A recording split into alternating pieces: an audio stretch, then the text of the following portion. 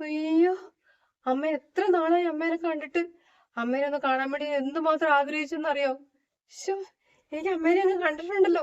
അങ്ങ് സർപ്രൈസ് ആവുക.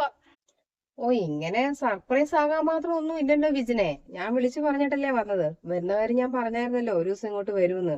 അമ്മ എന്നെ എന്താ ഇപ്പൊ വിളിച്ചേ? ഏ? നിന്റെ പേര് ഇപ്പോഴും വിജിനാന്ന് തന്നെയല്ലേ? അല്ല, ഇനിയിപ്പോ കല്യാണം കഴിഞ്ഞപ്പോ പേരെങ്ങാനും മാറ്റിയോ? എനിക്കറിയത്തില്ലായിരുന്നു കേട്ടോ. ഇപ്പത്തെ പേര് പറയുവാണെങ്കിൽ ഞാൻ അത് വിളിച്ചേക്കാം.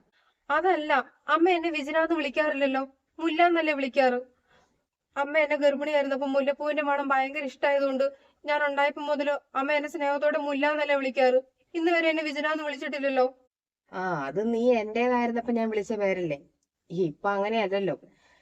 നീ എന്റെ മോളായിരുന്നപ്പോ ഞാൻ സ്നേഹത്തോടെ അങ്ങനെ വിളിച്ചായിരുന്നു. ഇനിയിപ്പൊ അങ്ങനെ വിളിക്കേണ്ട കാര്യമില്ല. ഞാനൊരു കല്യാണം കഴിച്ചെന്ന് കരുതിയിട്ട് അമ്മയുടെ മോളല്ലാതായി പോവോ? അമ്മയ്ക്ക് എന്നെ എങ്ങനെ അങ്ങനെ വിളിക്കാൻ തോന്നിയെന്ന് വിചാരിച്ചിട്ടാ. അമ്മ ഇരിക്കും.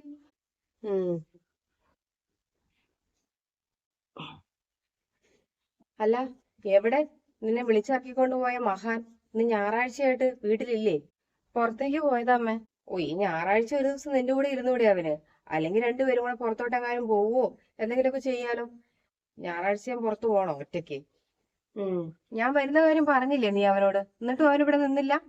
അത് പിന്നെ അമ്മ വരൂന്ന് പറഞ്ഞെങ്കിലും ഇന്ന് വരൂന്ന് പറഞ്ഞില്ലല്ലോ. അതാ. ഓ, ഓ, അങ്ങനെ അങ്ങനെ. ഇപ്പൊ നിനക്ക് തന്നെ വീട്ടിലിരിക്കുന്നതിന് കുഴപ്പമൊന്നുമില്ല അല്ലേ? ഹും. പണ്ടൊക്കെ ആയിരുന്നെങ്കിൽ നീ ഒരു ദിവസം ക്ലാസ് ഇല്ലാതെ വീട്ടിലിരിക്കുവാണെങ്കിൽ എന്നെ ഇടം വരം തിരികെ നീ സമ്മതിക്കുകയില്ല.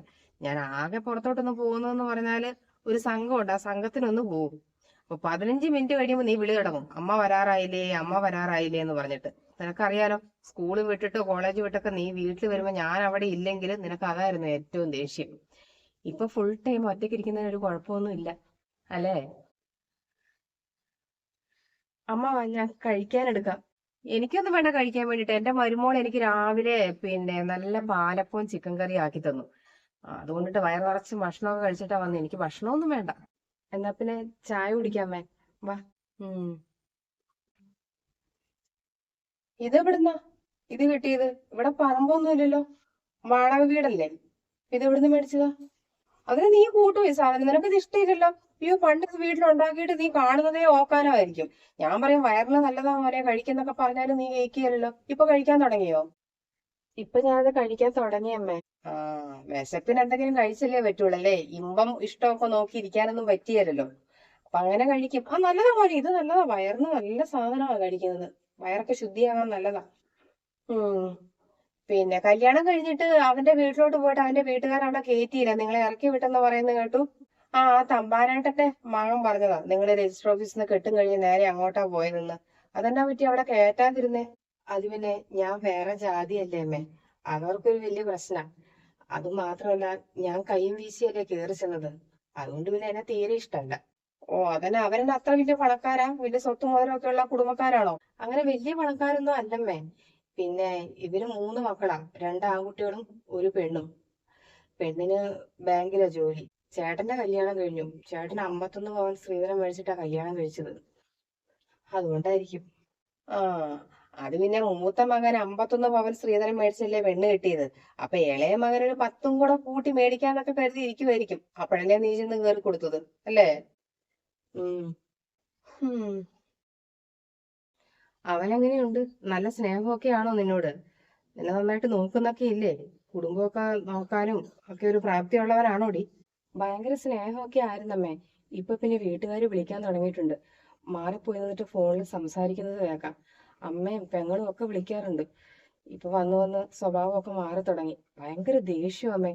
അത് മാത്രമല്ല, എന്തെടുത്താലും കണക്ക് പറച്ചിലും ഭക്ഷണം കഴിക്കുന്നതിന് പോലും കണക്ക് പറയാനൊക്കെ തുടങ്ങി. ഒരുപാട് തമാശയൊക്കെ പറയുന്ന ആളായിരുന്നു. ഇപ്പൊ സംസാരിക്കൽ തന്നെ വല്ലപ്പോഴും. ഉം വീട്ടുകാരും മകനെ നീയുമായിട്ട് തെറ്റിക്കാൻ വേണ്ടിട്ട് നോക്കുന്നുണ്ട്, അത് അവൻ ഏൽക്കുന്നുമുണ്ട്. ഉം. കല്യാണത്തിന് മുമ്പ് വീട്ടുകാരെ എതിർത്ത് നല്ല ചങ്കുറപ്പോടെ നിന്നവനായിരുന്നു. ഇപ്പൊ വീട്ടുകാരുടെ വാക്ക് കേട്ടിട്ട് ഇളകി തുടങ്ങിയല്ലേ? ഉം എനിക്ക് സത്യം പറഞ്ഞ പേടിയാവൂ അമ്മേ. നിനക്ക് ഞങ്ങൾ എന്ത് നല്ല ആലോചനയായിരുന്നിട്ട് കൊച്ചെ കൊണ്ടുവന്നത്. ഒന്നും വേണ്ട, നിന്നെ മാത്രം മതി, സ്വർണം വേണമെങ്കിൽ 10 പവൻ ഇങ്ങോട്ടിട്ട് ഞങ്ങൾ കെട്ടിക്കോളാന്ന് പറഞ്ഞവരാ. അപ്പൊ നിന്റെ അച്ഛൻ പറഞ്ഞു ഞങ്ങൾക്ക് ഏതായാലും അതിന്റെ ആവശ്യമൊന്നുമില്ല, അവക്ക് വേണ്ടതിലധികം ഞങ്ങൾ ഉണ്ടാക്കി വെച്ചിട്ടുണ്ടെന്ന് അച്ഛൻ പറയുകയും ചെയ്തു. എത്ര നല്ലൊരു ആലോചനയായിരുന്നു നിന്റെ അച്ഛൻ കൊണ്ടുവന്നത്. ഒരാർത്തിയില്ലാത്ത കുടുംബക്കാര്, ചെറുക്കനാണെങ്കിലും നല്ല ജോലി. അച്ഛൻ ഒത്തിരി ആഗ്രഹിച്ച് കൊണ്ടുവന്നതായിരുന്നു. പക്ഷെ നിനക്ക് നിന്റെ പ്രേമമായിരുന്നല്ലോ വലുത്. നീ ഇറങ്ങി പോകുന്നില്ലേ ആ മനുഷ്യന്റെ കണ്ണ് നനച്ചിട്ട്? അത് പിന്നെ അന്നേരം ഞാൻ ചേട്ടനെ ഇഷ്ടപ്പെട്ടു പോയില്ലേ അമ്മേ. മനസ്സിൽ ഒരാളെ വെച്ചിട്ട് എങ്ങനെയാ വേറൊരാളെ കല്യാണം കഴിക്കുന്നതെന്ന് വിചാരിച്ചിട്ടാ അന്നേരത്തെ ബുദ്ധി. നീ ജനിച്ച നാൾ മുതൽ നിനക്ക് വേണ്ടി ചെയ്യുന്ന ഓരോ കാര്യങ്ങളും നിന്റെ നന്മ മാത്രം ഉദ്ദേശിച്ചുള്ളതാണെന്ന് നിനക്കറിയാലോ. എല്ലാം നിന്റെ നല്ലതിന് വേണ്ടിയിട്ടേ ചെയ്തിട്ടുള്ളെന്ന്. ആ, വീട്ടുകാർ ഉറപ്പിച്ച് നടത്തുന്ന കല്യാണത്തിൽ ഓരോരോ കുഴപ്പങ്ങൾ വരുന്നുണ്ട്, ഇല്ലെന്നല്ല. പക്ഷെ നിന്റെ അച്ഛനെ നീ മനസ്സിലാക്കണമായിരുന്നു. ഒരു കാര്യം ചെയ്യുമ്പോൾ 10 വട്ടം 15 വട്ടം ആലോചിച്ച് അന്വേഷിച്ച് ചെയ്യുന്ന മനുഷ്യനാണ്. ആ മനുഷ്യൻ അത്രത്തോളം അന്വേഷിച്ച് ഉറപ്പിച്ചൊരു കല്യാണം വരുന്നത്. എന്റെ പൊന്നുമോളത് കേട്ടില്ല. ഇനിയിപ്പോ എന്ത് ചെയ്യാൻ വേണ്ടിട്ട്? എനിക്കെല്ലാം ഇപ്പൊ മനസ്സിലാകുന്നുണ്ടമ്മേ. അച്ഛൻ എന്നോട് ഭയങ്കര വെറുപ്പായിരിക്കും അല്ലേ? അച്ഛനെ ഞാൻ എപ്പോഴും ഓർക്കാറുണ്ട്.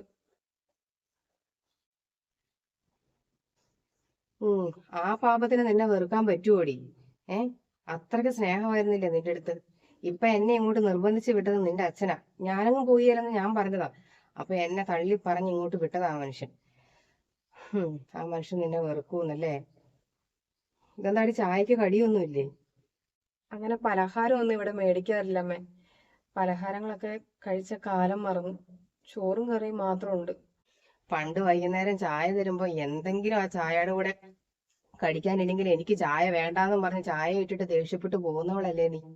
അല്ല, അങ്ങനെ ഒരു അവസ്ഥ അങ്ങനെ വരാറുമില്ല. പിന്നെ നിനക്കായിട്ട് എന്തെങ്കിലും സ്പെഷ്യൽ, എന്തൊക്കെ സാധനങ്ങളും എല്ലാവർക്കും കൂടെ മേടിച്ചാലും മകക്കെന്നും പറഞ്ഞിട്ട് പൊതിഞ്ഞിട്ട് എന്തെങ്കിലും പരിപ്പുവടിയോ ഉള്ളിവടിയോ നിനക്ക് ഇഷ്ടപ്പെട്ട എന്തെങ്കിലും സ്പെഷ്യലായിട്ട് പൊതിഞ്ഞുകൊണ്ട് വരുന്നതാ നിന്റെ അച്ഛൻ. നമുക്കതൊക്കെ ഓർമ്മ ഉണ്ടാവുമല്ലോ അല്ലേ?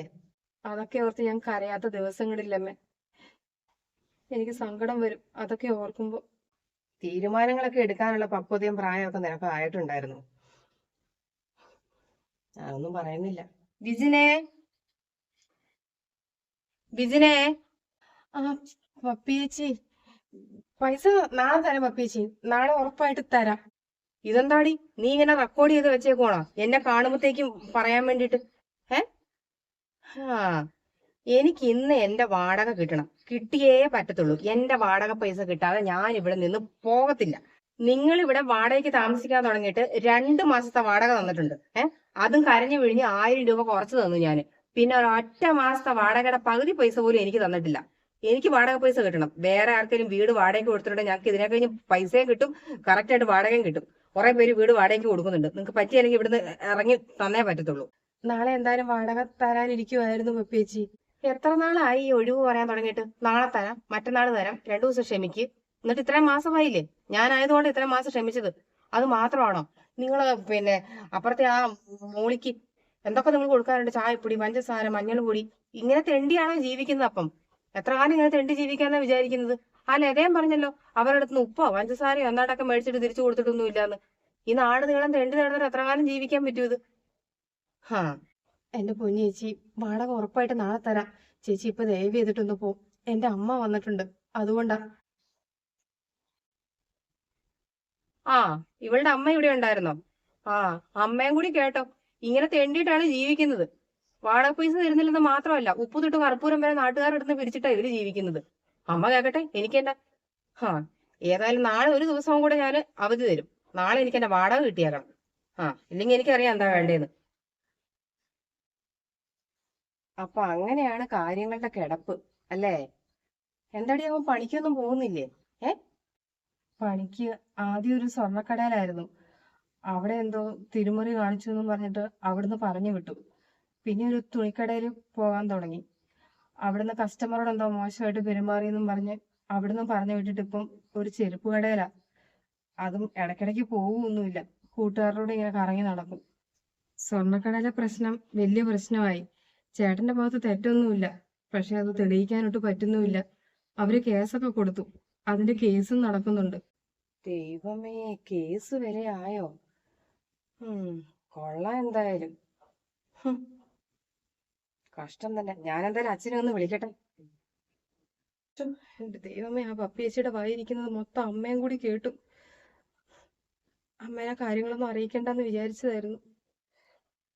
വാടക ചോദിക്കാൻ വന്നല്ലേ? നീ ഒരു കാര്യം ചെയ്യും, നിന്റെ കമ്മൽ ഉരുത്ത, അതുകൊണ്ട് പണയം വെച്ചിട്ടോ വിറ്റിട്ടോ ഞാൻ വാടക കൊടുക്കട്ടെ. എത്ര മാസത്തെ കൊടുക്കാനുണ്ട്? ഇത് ഞാൻ തരൂല.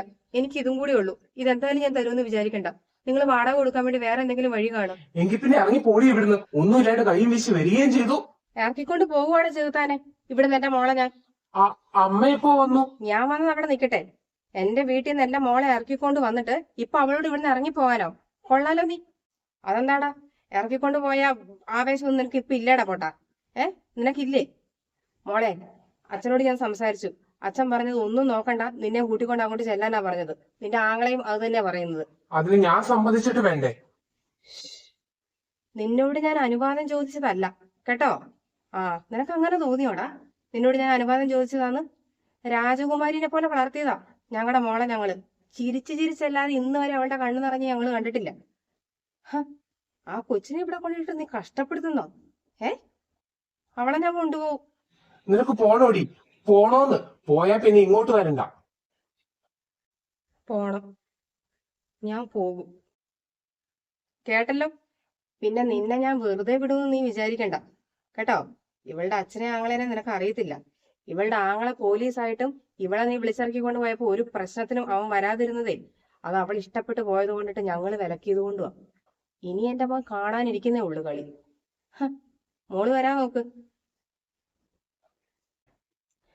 സന്തോഷമാണെങ്കിലും സങ്കടമാണെങ്കിലും എന്ത് ദാരിദ്ര്യമാണെങ്കിലും സന്തോഷത്തോടെ നിങ്ങളുടെ ഒപ്പം ജീവിക്കാൻ വേണ്ടിയിട്ട് തന്നെയാ ഞാൻ ഇറങ്ങിപ്പോകുന്നത്.